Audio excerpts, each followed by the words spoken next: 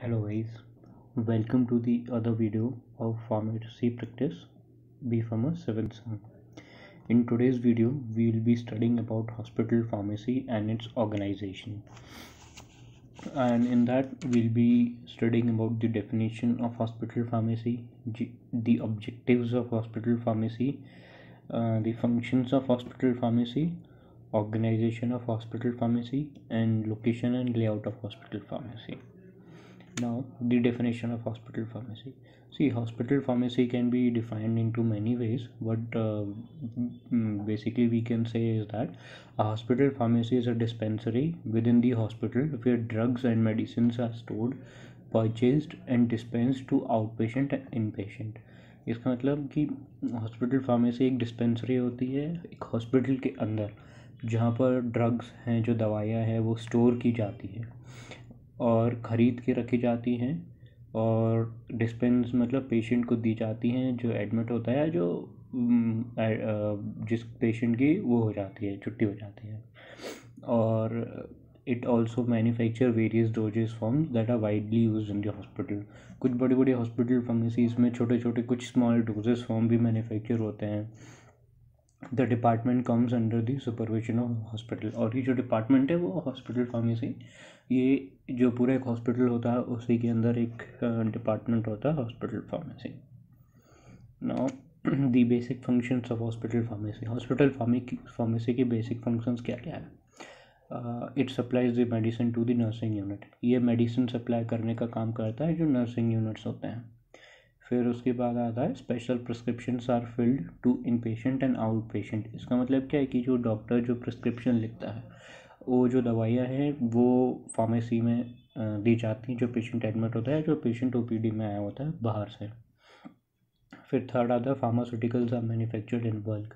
कई कई फार्मेसीज में छोटे मोटे फार्मास्यूटिकल्स भी मैन्युफैक्चर होते हैं ना, छोटी मोटी दवाइयाँ मैन्युफैक्चर, लाइक जैसे स्प्रेड बनाना है या काफ़ी सारी चीज़ें होती है इस टाइप से. So pharmaceuticals are manufacture. Narcotics biologicals are prescribe drugs are displaced. यहाँ पर क्या रहता है, जो नारकोटिक ड्रग्स जो रहते हैं वो भी स्टोर किए जाते हैं और वो भी वो किए जाते हैं, मतलब डिस्ट्रीब्यूट किए जाते हैं. और यहाँ पर जैसा कि अभी मैंने बताया था, injectables and sterilizations are also prepared. Injectables मतलब कि जैसे आपने देखा कि हम कभी हॉस्पिटल में जाते हैं और हमको कभी इंजेक्शन्स लगने होते हैं, बॉटल्स वगैरह लगने होते हैं, तो वो यहीं पर प्रिपेयर किए जाते हैं. मतलब फैक्ट्री से बने बनाए आते हैं बट उनको रेडी टू यूज़ यहाँ पर फार्मेसी के अंदर किया जाता है और उनको स्टेरलाइज भी फार्मेसी में ही किया जाता है. फिर आता है objectives of hospital pharmacy. Hospital pharmacy के बेसिक ऑब्जेक्टिव्स क्या क्या होते हैं? तो the main objectives of hospital pharmacy are to ensure the availability of medicine required at affordable cost. मतलब कि जो मेडिसिन है वो ये इंश्योर, मतलब जो फार्मेसी वो ये इंश्योर करे कि जो मेडिसिन है वो एक बहुत ही रीज़नेबल दाम पे मिले और बिना किसी क्वालिटी के कॉम्प्रोमाइज़ किए हुए, या मेडिसिन की जो ताकत रहती है, मेडिसिन की जो यूजेबिलिटी एफिकेसी रहती है, बिना किसी घटाए हुए. फिर सेकंड आता है to plan organise and implement the policies of the pharmacy in accordance with the hospital. मतलब कि जो हॉस्पिटल फार्मेसी उसका जो प्लान है उसको कैसे ऑर्गेनाइज करना, ये सारा हॉस्पिटल का जो मैनेजमेंट है उसके साथ मिलके प्लान किया जाए और जो हॉस्पिटल की जो पॉलिसीज़ है वो इधर पे भी अप्लाई की जाए. फिर to counsel the patient, medical staff, nurses and other involve in the patient care for the proper use of drug effects, side effects of drug interactions etcetera. इसका मतलब क्या है कि जो हॉस्पिटल में जो मेडिकल स्टाफ होता है, जो नर्सेज होती हैं, उनकी प्रॉपर काउंसलिंग करना कि कौन सी मेडिसिन कैसे यूज़ देनी है, कौन से ड्रग्स का क्या इफ़ेक्ट होता है, कौन से ड्रग्स का क्या साइड इफ़ेक्ट होता है, ये एक फार्मासिस्ट का काम होता है, जो एक मेडिकल स्टाफ है उनको इस चीज़ से अवेयर कराना. फिर अगला आता है to participate in and implement the decision of pharmacy and therapeutic committee of the hospital. और इसका मतलब क्या है कि जो हॉस्पिटल की जो थेरापेटिक कमेटी होती है उसमें पार्टिसिपेट करना और वहाँ पे जो डिसीजंस लिए जाते हैं फार्मेसी को लेके वो भी यूज़ करना. फिर to engage in public health activities to improve the wellbeing of the population, ये तो एक बहुत ही नॉर्मल सिंपल सा पॉइंट है, उसको समझाने की जरूरत नहीं है। फिर to interact, cooperate and coordinate with various other departments of the pharmacy of the hospital. ये एक बहुत इंपॉर्टेंट पॉइंट है। हॉस्पिटल फार्मेसी का मेन काम क्या होता है कि वो जो दूसरे अलग अलग डिपार्टमेंट्स होते हैं एक हॉस्पिटल के अंदर, एक बहुत सारे डिपार्टमेंट्स होते हैं, हमारा आपने सभी ने देखा ही होगा जब भी हॉस्पिटल गए होंगे। तो उसका क्या मतलब है कि उन सारे डिपार्टमेंट से कोऑर्डिनेशन बना के रखना, सारे डिपार्टमेंट से कोऑपरेट करना। क्यों, और ये क्यों किया जाता है? क्योंकि हर किसी डिपार्टमेंट में अलग अलग दवाई चाहिए रहती है। तो कोऑर्डिनेशन का ही मतलब वही होता है कि उन्होंने वहाँ से बोला और यहाँ से उन्होंने तुरंत वो चीज़ सप्लाई कर दी, और नहीं है तो बहुत जल्द से जल्द अवेलेबल करा के फिर सप्लाई कर दिया। तो कोऑपरेट एंड कोऑर्डिनेट का ये मतलब होगा। फिर to perform the various functions like management of material, purchase, storage of essential items in the medicines and to maintain the strict inventory. इसका मतलब क्या है कि कुछ मेन फंक्शंस भी परफॉर्म करता है, जैसे मटेरियल का मैनेजमेंट करना, क्या परचेज़ करना है क्या नहीं परचेज़ करना है। फिर जो एसेंशियल आइटम्स होते हैं जो हॉस्पिटल में और जो फार्मेसी में लगने ही लगने हैं, उनका प्रॉपर तरीके से स्टोरेज करना और इन्वेंट्री को भी बहुत अच्छे तरीके से मेंटेन करना। फिर उसके बाद आता है to serve as a source of information on drug utilization. अभी वही जो हमने लास्ट में प्रीवियसली यहाँ पर डिसाइड वो किया था कि मेडिकल स्टाफ और इनको प्रॉपर तरीके से वो करना, काउंसिल करना। तो इसका भी मतलब वही है, to serve as a source of information on drug utilization, मतलब एक प्रॉपर तरीके का सोर्स प्रोवाइड करना इन्फॉर्मेशन का, इंफॉर्मेशन प्रॉपर तरीके से प्रोवाइड करना ड्रग्स के ऊपर। फिर नेक्स्ट आता है हमारा functions of hospital pharmacy. Basically hospital pharmacy के क्या क्या फंक्शंस होते हैं? There are many functions of the hospital pharmacy and some of them are discussed below. That is to maintain the inventory of all the supply received, मतलब कि जो inventory का मतलब कहते हैं कि जो भी दवाई है, जो भी सामान है जो हॉस्पिटल फार्मेसी में आ रहा है, वो उसको एक प्रॉपर इन्वेंट्री मेंटेन करके रखना, मतलब प्रॉपर तरीके से उसको मैनेज करके रखना। फिर to open supplier of drugs, chemicals, biological and other pharmaceutical preparations. फिर अगला आता है to maintain the drugs, chemicals, pharmaceutical preparation for the patient. इसका मतलब क्या है कि जो यहाँ ऊपर जो इन्वेंट्री आई हुई है उसको प्रॉपर तरीके से मेंटेन करना, मतलब उसका कि उसमें जो ड्रग्स हैं, जो केमिकल्स हैं और जो फार्मास्यूटिकल दवाइयाँ हैं, वो जो फार्मास्यूटिकल प्रिपरेशंस हैं जैसे कि स्प्रिट्स है, अल्कोहल वगैरह है, ये सारी चीज़ों को प्रॉपर तरीके से मेंटेन करके रखना कि जब भी ज़रूरत पड़े पेशेंट को, ताकि हॉस्पिटल फार्मेसी तुरंत सप्लाई कर सके। फिर to maintain a record of received and issue of all narcotic drugs and alcohol based medicine. ये एक बहुत ही इंपॉर्टेंट पॉइंट है, हर एक हॉस्पिटल फार्मेसी को ये करना बेहद ही ज़रूरी होता है। जितनी भी नार्कोटिक दवाई होती है, जैसे आपने देखा होगा जिन दवाई पे NRX लिखा रहता है, उसका मतलब नार्कोटिक दवाइयाँ होती हैं, या जो अल्कोहल बेस्ड दवाइयाँ होती हैं जिनमें अल्कोहल कम मात्रा में, थोड़ी ज़्यादा मात्रा में होता है, उनका रिसीव करते वक्त भी प्रॉपर रिकॉर्ड मेंटेन करना कि कहाँ से खरीदी गई हैं, कितनी क्वांटिटी में आई हैं और किस किस को दी गई हैं, इसका भी रिकॉर्ड रखना एक बहुत ही इंपॉर्टेंट फंक्शन होता है हॉस्पिटल फार्मेसी का। फिर अगला आता है to forecast the demand of various drugs, chemicals, antibiotics etcetera.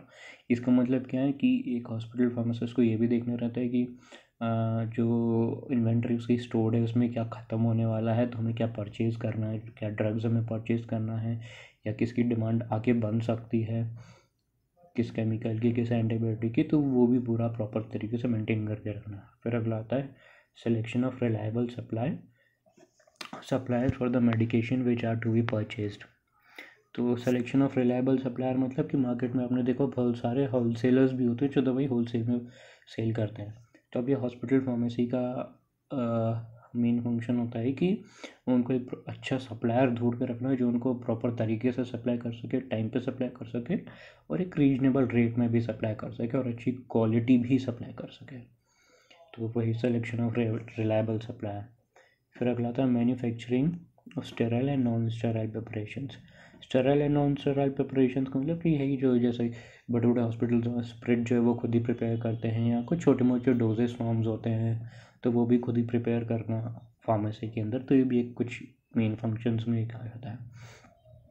फिर अगला आता है maintenance of the records such as manufacturing records, patient invoice records, inventory records etcetera. वही जो अभी हमने ऊपर देखा था कि हॉस्पिटल फार्मेसी का एक काफ़ी मेन फंक्शन होता है कि उनको रिकॉर्ड्स पूरे मेंटेन करके रखने हैं, उन्होंने क्या क्या मैन्युफैक्चर किया है, कौन कौन से पेशेंट को दवाई दी है, क्या दवाई दी है, पेशेंट का नाम, मोबाइल नंबर, काफ़ी सारी चीज़ें होती हैं।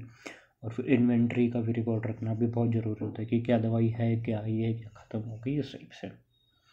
फिर अगला आता है हमारा quality control of the purchase medicine which are manufactured in house.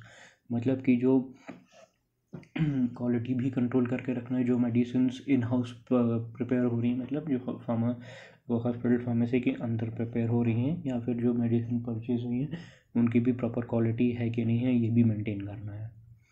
फिर अगला आता है dispensing of drugs to out patient. Dispensing of drugs to out patient मतलब कि जो पेशेंट ओपीडी में आते हैं, जो पेशेंट एडमिट नहीं होते हैं, जो दिखा के सिर्फ चले जाते हैं दिन भर रुक के हॉस्पिटल पे, तो उनको आउट पेशेंट कहा जाता है। तो डिस्पेंसिंग ऑफ ड्रग्स मतलब कि ऐसे पेशेंट्स को दवाई देना। फिर ड्रग इंफॉर्मेशन सोर्स इन दी हॉस्पिटल, ये हम पहले देख ही चुके हैं। फिर distribution of medicine with in the hospital, मतलब कि हॉस्पिटल के अंदर सारे डिपार्टमेंट्स में मेडिसिन का प्रॉपर तरीके से डिस्ट्रीब्यूशन करना। फिर परचेजिंग एंड इन्वेंट्री कंट्रोल, ये हमने यहाँ पर पहले देखा ही था कि इन्वेंट्री मेंटेन करनी पड़ती है, तो वही मतलब परचेजिंग एंड इन्वेंट्री कंट्रोल। फिर अगला आता है patient counselling. Patient counselling basically कुछ ज़्यादा कुछ नहीं, उसका मतलब ये है कि कोई पेशेंट जब फार्मेसी में विजिट करता है तो उसको दवाइयों का समझाना, जो दवाइयाँ उसको दी गई हैं कैसे खानी है, पानी से लेनी है, सुबह शाम लेनी है, कैसे लेनी है, कितने टाइम तक लेनी है, ये सब पेशेंट काउंसलिंग के अंदर आता है। फिर हमारा अगला आता है maintaining proper conversation flow between the patient, doctor, the nurse for the medicine. इसका मतलब क्या है कि हॉस्पिटल फार्मेसी एक बहुत ही एक इम्पोर्टेंस रखता है डॉक्टर के बीच, पेशेंट के बीच और नर्स के बीच दवाइयों को लेके। मतलब डॉक्टर ने क्या प्रिस्क्रिप्शन लिखा, वो फिर नर्स क्या दवाई दे रही है, सारी चीज़ों को भी वो भी प्रॉपर कन्वर्सेशन मेंटेन करके रखना। फिर उसका to provide the drug related information to medical staff, resident, nurses, member of the health care team and the patient. वही जो हमने पहले पढ़ा कि उनकी प्रॉपर काउंसलिंग करनी है, तो वही मतलब कि जो नए नए ड्रग्स हॉस्पिटल फार्मेसी में आते हैं, या जो नए ड्रग्स वगैरह रिसर्च वगैरह होती है, तो ये हॉस्पिटल फार्मेसी का काम रहता है कि जो वहाँ का मेडिकल स्टाफ है, जो वहाँ की नर्सेज हैं, उनको इसका एक प्रॉपर अपडेट देते रहें रेगुलर टाइम टू टाइम कि क्या चेंजेस हो रहे हैं। कभी कभी जैसे कोई ड्रग बैन हो जाता है तो कई बार नर्सेज या डॉक्टर्स को पता नहीं चल पाता है, और फार्मासिस्ट को तो सबसे पहले पता रहता ही रहता है। तो ये सारी चीज़ें डॉक्टर्स को, नर्सेज को बताना, टाइम पे बताना, और ये काफ़ी सारी चीज़ें, तो इसका मतलब वो होता है। फिर यहाँ पे हमारा अगला स्टेप आता है organization of the hospital pharmacy. इसका मतलब कि हॉस्पिटल फार्मेसी है वो कैसे ऑर्गेनाइज है, अपने आप में अंदर ही अंदर किस तरीके से ऑर्गेनाइज है, क्योंकि कोई भी डिपार्टमेंट को रन करने के लिए उसको प्रॉपर ऑर्गेनाइज करना पड़ता है। तो सेम यहाँ पर है hospital pharmacy, how is the hospital pharmacy organize. तो हॉस्पिटल का pharmacy is organize and integrated in various divisions like compounding and dispensing,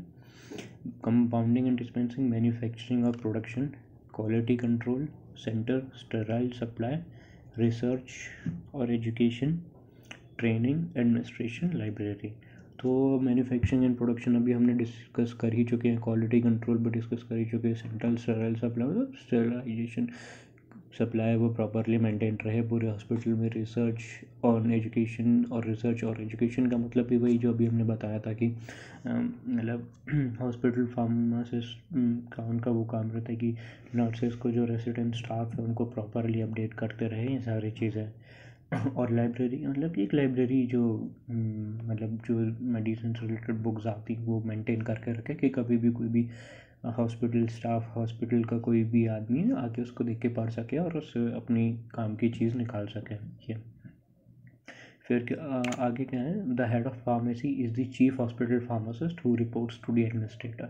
मतलब कि जो हॉस्पिटल फार्मेसी का जो हेड रहता है वो चीफ हॉस्पिटल फार्मासिस्ट कहलाया जाता है। जो हॉस्पिटल फार्मेसी का जो हेड रहता है वो सीधे हॉस्पिटल एडमिनिस्ट्रेशन को रिपोर्ट करता है, मतलब वो उसके अंडर काम करता है। फिर अगला आता है देयर में be more than one assistant pharmacist depending upon the work and size of the institute who assist the chief and the matter relating to the administration and counseling of the various functions of the pharmacy। इसका मतलब क्या है कि एक hospital pharmacist में एक से ज़्यादा फार्मासिस्ट रह सकते हैं जो असिस्टेंट फार्मासिस्ट के तौर पे काम करेंगे। और वो भी डिपेंड करते हैं कि उस हॉस्पिटल फार्मेसी या वो हॉस्पिटल कितना बड़ा है, कितना ज़्यादा काम है, उस हिसाब से नंबर ऑफ़ असिस्टेंट फार्मासिस्ट ऊपर नीचे से 1 भी हो सकते हैं, 10 भी हो सकते हैं, 50 भी हो सकते हैं, वो डिपेंड करता है वहाँ के साइज़ पे। फिर आता है the chief is assisted by secretary and other office clerks. वही जो यहाँ हमारा चीफ हॉस्पिटल फार्मासिस्ट होता है वो उसको जो वहाँ के सेक्रेटरी और अदर ऑफिस क्लर्क्स हैं वो उसको असिस्ट करते रहते हैं। फिर नेक्स्ट आता है location and layout of hospital pharmacy. इसका मतलब कि hospital pharmacy location and layout का मतलब कि जो हॉस्पिटल के अंदर है वो कौन से बेस्ट जगह पे होनी चाहिए और कैसा लेआउट होना चाहिए कि जो किसी को प्रॉब्लम ना आए, ना ही पेशेंट को, ना ही किसी मेडिकल स्टाफ को। तो वही location and layout of hospital pharmacy. तो the location of hospital pharmacy should be in such a way that it is convenient for providing services to other departments of the hospital. तो वही इसका मतलब है कि हॉस्पिटल फार्मेसी की location ऐसी जगह होनी चाहिए बिल्डिंग के अंदर कि वो सारे डिपार्टमेंट्स को ईजिली कवर कर सके। ये नहीं कि डिपार्टमेंट्स यहाँ पर और हॉस्पिटल फार्मेसी किसी कोने में बनी हुई है, ऐसा नहीं। प्रॉपर एक प्रॉपर लेआउट होना चाहिए कि मान लीजिए 4 फ्लोर का हॉस्पिटल है फॉर एग्जांपल, तो सेकंड फ्लोर पर फार्मेसी है और समथिंग लाइक दैट, एक जस्ट फॉर एग्जांपल कि ये सारे डिपार्टमेंट्स को ईजिली रीच हो सके। वही फिर in general pharmacy should be located on the first floor and near the centre of out patient department. तो जनरली क्या होना चाहिए कि जो फार्मेसी है वो बेसिकली फर्स्ट फ्लोर पे होना चाहिए। लाइक जो एक स्टैंडर्ड रूल है वो कि एक फर्स्ट फ्लोर पे फार्मेसी होना चाहिए और near to the out patient area, मतलब कि जहाँ से पेशेंट्स बाहर जाते हैं या ओपीडीज़ जहाँ पर मेंटेन्ड है कि पेशेंट आए, ओपीडी में दिखाए और दवाई लेके सीधा सीधा बाहर हो जाए, ना कि उसको पूरा हॉस्पिटल ही घूमना पड़े, इस टाइप से कह के। फिर अगला आता है complete unit of hospital pharmacy usually comprises of the following area. इसका मतलब क्या है कि हॉस्पिटल फार्मेसी जो रहती है उसमें पूरा हॉस्पिटल फार्मेसी क्या क्या चीज़ों को लेके बनी होती है, कौन कौन सी एरियाओं को लेके बनी होती है कि उनमें क्या क्या मेन एरिया होते हैं। एक ऑफिस ऑफ द चीफ, वही हमने अभी यहाँ पर देखा, ऑफिस ऑफ द चीफ, जो चीफ हॉस्पिटल फार्मासिस्ट है उसका ऑफिस होना चाहिए। फिर आउट पेशेंट डिस्पेंसिंग यूनिट, मतलब कि जहाँ से वो पेशेंट्स को दवाई दे सके, काउंटर होना चाहिए प्रॉपर जहाँ से पेशेंट्स आए, आपको प्रिस्क्रिप्शन दे और आप दवाई उनको दे सको। फिर bulk compounding area, bulk compounding area कि मतलब जहाँ से बहुत ज़्यादा मात्रा में दवाइयाँ देनी है, तो बल्क कंपाउंडिंग एरिया का वो मतलब हो गया। फिर manufacturing unit for sterile and non sterile preparation, फिर एक ऐसा भी यूनिट होना चाहिए, एक ऐसा भी हाँ वो होना चाहिए उसके अंदर एरिया जहाँ पर ये स्टेरल और नॉन स्टेरल प्रिपरेशंस किए जा सकें अलग से। फिर पैकिंग एंड लेबलिंग एरिया अलग होना चाहिए कि एक यूनिट बनी हुई है जहाँ पर दवाइयाँ आ रही हैं, पैक हो रही हैं, उनको प्रॉपरली लेबल किया जा रहा है। फिर alcohol and volatile liquid area, मतलब कि जिन दवाई में एल्कोहल रहता है, वॉलेटाइल लिक्विड या जो बहुत उस टाइप के रहते हैं कि टच हो गया तो आपकी स्किन को ये है वो उस टाइप से करके, तो उनको भी प्रॉपर अलग तरीके से एरिया में स्टोर करके रखना है। फिर नारकोटिक वॉल्ट, मतलब जहाँ पर एनआरएक्स या नारकोटिक वाली दवाइयाँ हैं वो अलग से स्टोर की जाती है, ऐसा नहीं कि उनको सारे दवाइयों के साथ मिक्स किया हुआ है, उनको एक प्रॉपर अलग तरीके से देखा जाता है। फिर radio isotopic storage and dispensing area, radio isotopes हम सभी जानते हैं क्या होता है, तो उनका एक अलग से स्टोरेज आता है जिसमें वो रेडियो आइसोटोपिक चीज़ें रखी जाती हैं और उनकी डिस्पेंसिंग भी अलग तरीके से की जाती हैं।